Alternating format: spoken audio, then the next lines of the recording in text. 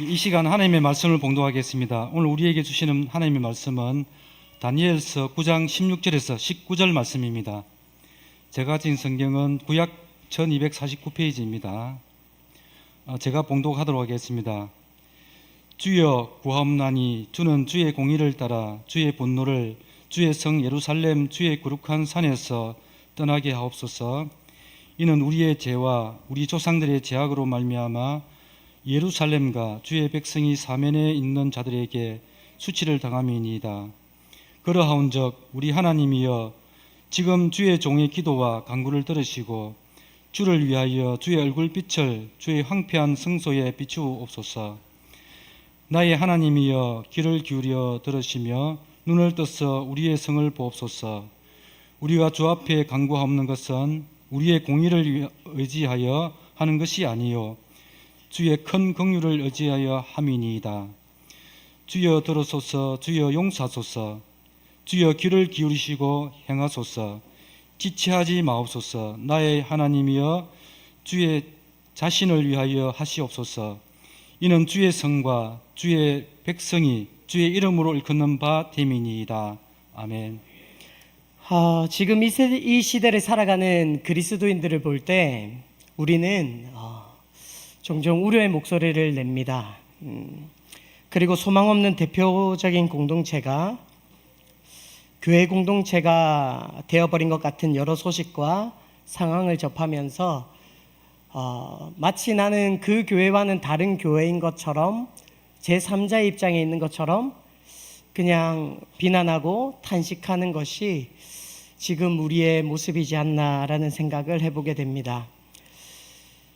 교회가 소망 없어져 버린 것 같은 그러한 상황들을 마주하면서도 그리스도인으로 사는 우리 스스로에게는 나도 똑같은데 뭘 이라고 말하며 아무것도 하지 못하거나 아니면 마치 그 교회는 나의 교회가 아닌 것처럼 그냥 지나쳐 흘러가는 모습이 우리에게 들어져 있는 것 같습니다. 그래서 예전의 세대들의 믿음의 선배들은 뉴스나 또 다른 것들을 통하여 교회 이야기가 나올 때 함께 기도하기에 힘썼던 것 같은데 지금을 살아간 우리는 그냥 개개 교인의 모습인 것처럼 살아가고 있는 것 같기도 합니다. 오늘 다니엘의 모습은 이런 우리에게 기감이 됩니다. 다니엘은 자신의 나라가 망하고 땅이 황폐해져서 아주 수십 년이 지난 지금 모두가 소망을 잃었을 때 하나님의 말씀이 기록된 책을 읽었습니다. 그런데 거기서 이미 기록된 하나님의 약속을 하나 발견을 하게 됩니다. 그 약속이 바로 다니엘 9장 2절인데요. 다니엘이 그냥 매번 성경을 읽다가 이 책을 읽다가 이 구절을 접하게 된 것이죠. 한번 같이 읽어볼까요? 시작. 곧 그 통치 원년에 나 다니엘이 책을 통해 여호와께서 말씀으로 선지자 예레미야에게 알려주신 그 연수를 깨달았나니 곧 예루살렘의 황폐함이 70년 만에 그치리라 하신 것이니라. 지금 다니엘이 마주한 상황은요, 이미 황폐해져 버린 땅입니다.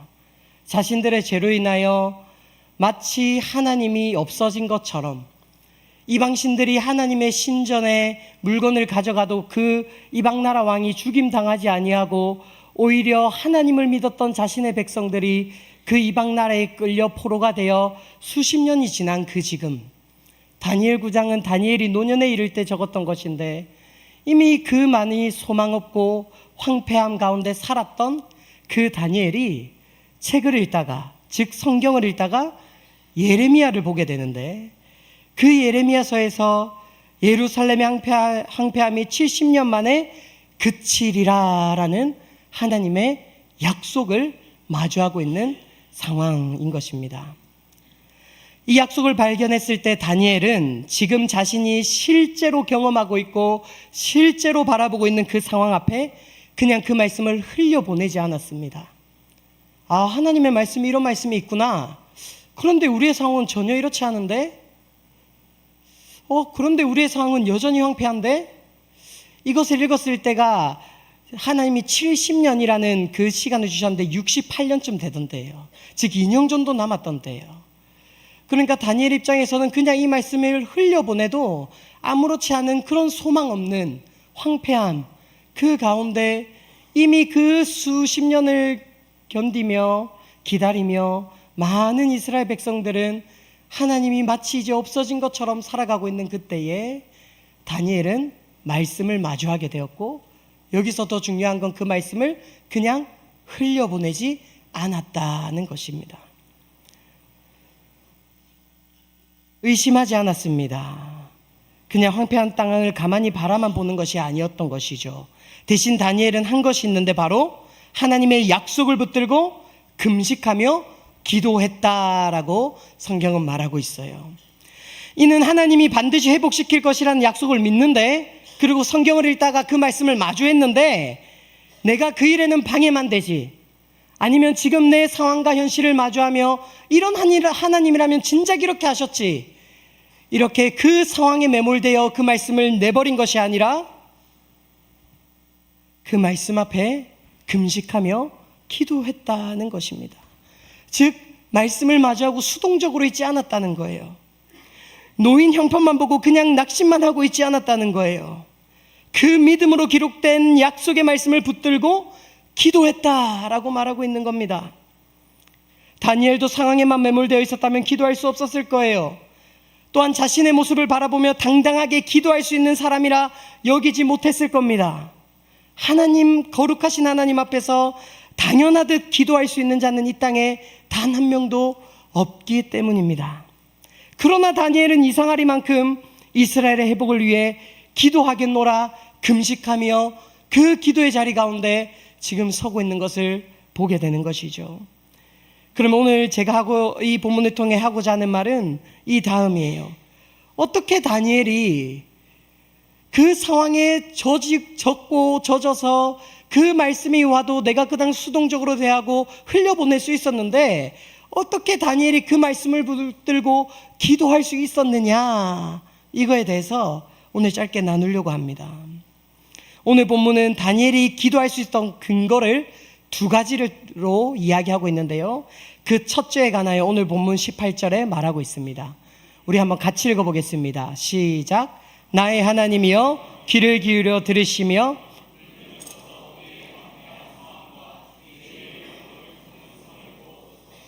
우리가 주 앞에 간구하옵는 것은 우리의 공의를 의지하여 하는 것이 아니요 주의 큰 긍휼을 의지하여 함이니이다. 아멘. 우리가 주 앞에 간구하옵는 것은으로 시작된 문구에 이어서 그 근거가 등장하는데요, 다니엘은 자신이 기도할 수 있는 근거를 자신의 그 민족의 공의, 의로움에서 찾지 않았다라는 거예요. 대신 그는 이렇게 말하고 있는 겁니다. 주의 큰 긍휼을 의지하여 함이니이다.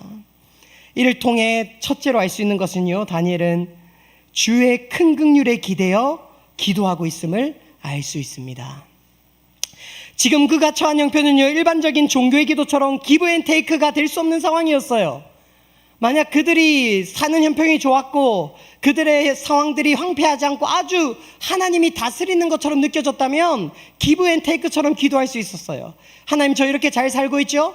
그러니 저 기도합니다. 하나님, 저 기도 들어주세요. 저 이렇게 하고 있잖아요. 이렇게 할 수 있는 상황이 아니었다라는 거예요.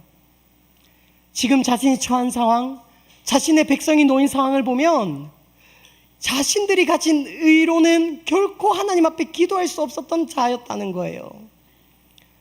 그럼에도 불구하고 다니엘은 그 기도의 자리에 나아갔다는 거예요. 뭘 가지고 나아갔다는 겁니까? 주의 큰 긍휼하심을 기대어 나아갔다는 겁니다. 이렇게 보면 우리는 하나님 앞에 나아갈 만한 조건을 갖춘 시와 때는 단 하루도 단 1분도 없는 인생입니다.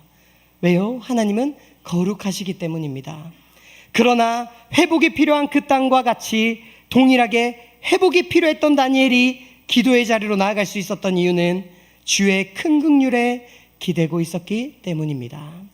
여기서 긍휼은 우리가 많이 들었던 헤세드입니다. 무조건적인 사랑입니다.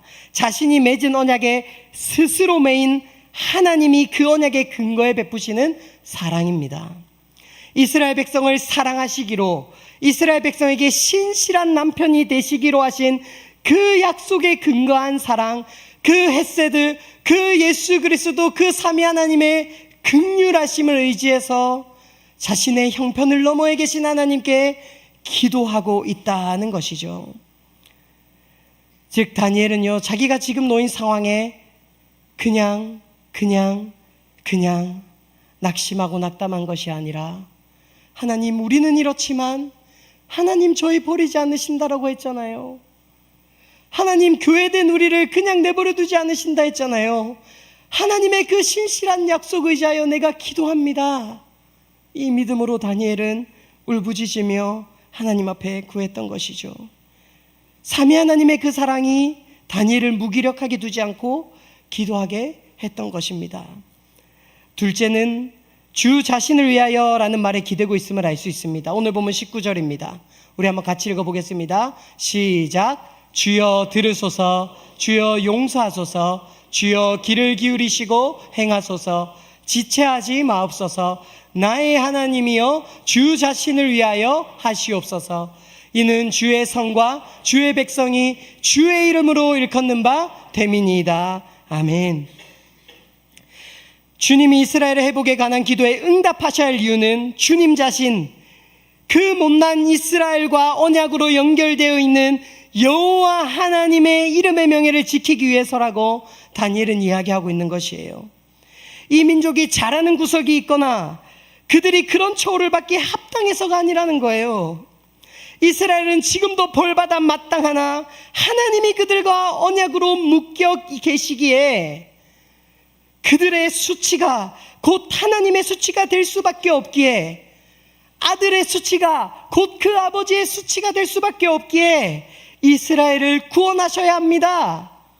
즉 주의 이름을 기대어 다니엘은 기도하고 있다는 것입니다. 당신의 이름의 명예를 위해 당신의 이름과 엮여있는 자신들을 구원해달라는 뜻입니다.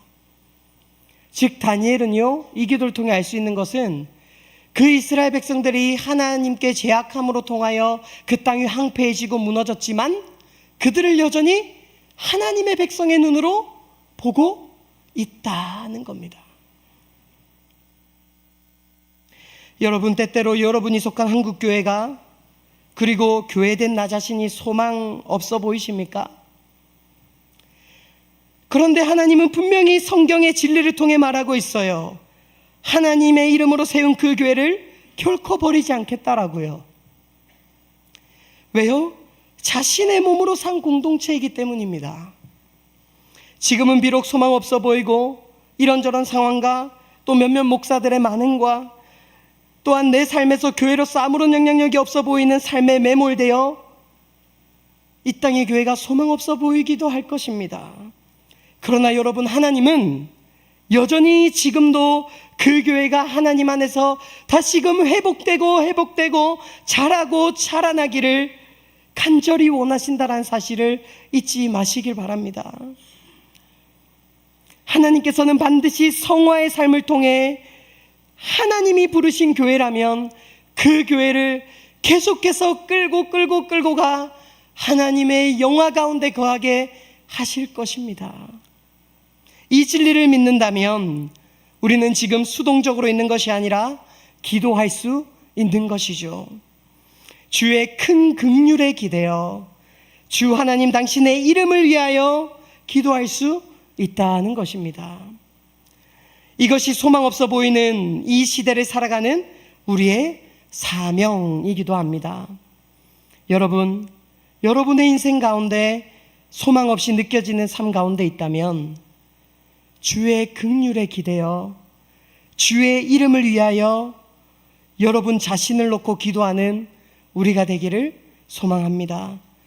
우리가 속한 나라와 우리가 속한 가정과 우리가 속한 교회가 우리의 눈으로 볼 때는 소망 없어 보이는 것처럼 여겨질지라도 주의 긍휼에 기대어 주의 이름을 위하여 그 공동체를 놓고 기도할 수 있는 저와 여러분이 되기를 축복합니다. 그렇게 기도할 때 우리의 기도가 탁월해서가 아니라 이제 읽게 될 이 약속으로 인하여 하나님 안에서 회복될 것입니다. 오늘 본문 17절입니다. 우리 한번 같이 읽겠습니다. 시작. 그러한즉 우리 하나님이여 주를 위하여 주의 얼굴빛을 주의 황폐한 성소에 비추시옵소서. 아멘. 주의 황폐한 성소가 다시 회복될 길은요, 주의 얼굴빛이 비추어지는 것밖에 없음을 우리가 알아야 되는 것이에요. 우리가 봤을 때 아무리 소망 없어 보이는 그 공동체도요, 주의 빛이 비추어지면 회복될 것이라는 소망이 여러분 안에 여전히 남아 계십니까? 아니면 긴 신앙생활 가운데 그냥 우리도 입버릇으로 아우 저긴 소망 없어, 아우 요즘 아이들 소망 없어, 아우 저 가정 소망 없어, 아니면 내가 교회 나오면서도 내 자신의 모습을 보면서 나는 소망 없어, 혹여 이러한 소망 없음에 매몰되어 있지는 않습니까? 우리의 생각으로는 절대 빛이 단 1%라도 나올 수 없을 것 같은 소망 없는 곳에서도요, 소망 되시게 하는 것이 있다면 주의 얼굴빛이 비추어질 때 소망이 된다는 것을 잊지 않는 저와 여러분 되기를 축복드립니다. 여러분, 그렇기에 우리는 기도할 수 있는 것이에요. 그렇기에 주의 긍휼에 기대어 주의 이름을 위하여 기도할 수 있는 것이에요. 우리의 의로움을 의지하지 않고 이 두 가지를 가지고 의지할 때 주의 얼굴이 그 공동체에 나에게 비추어진다면 소망 있는 삶이 되어진다는 것입니다. 이를 기억하며 한국교회와 또 교회된 나와 교회로 모이는 여러분의 교회 공동체, 사랑방, 또 여러분의 주변의 같은 세대들, 그들을 바라볼 때 우리의 입술에서 비난과 판단과 쟤들은 안 돼, 저 팀은 안 돼, 이제는 이 소리가 아니라 하나님, 저들도 교회로 부르셨죠. 나한테 의로운 거 없지만 주의 긍휼에 기대어 주의 이름을 위하여 기도합니다. 주의 얼굴빛을 저 공동체 가운데, 내 가정 가운데 비추어 주시옵소서. 이러한 기도 제목을 가지고 이 근거로 우리 여러 공동체를 위해서 기도할 수 있는 우리 주의 백성들로 자라나길 주의 이름으로 축원드립니다.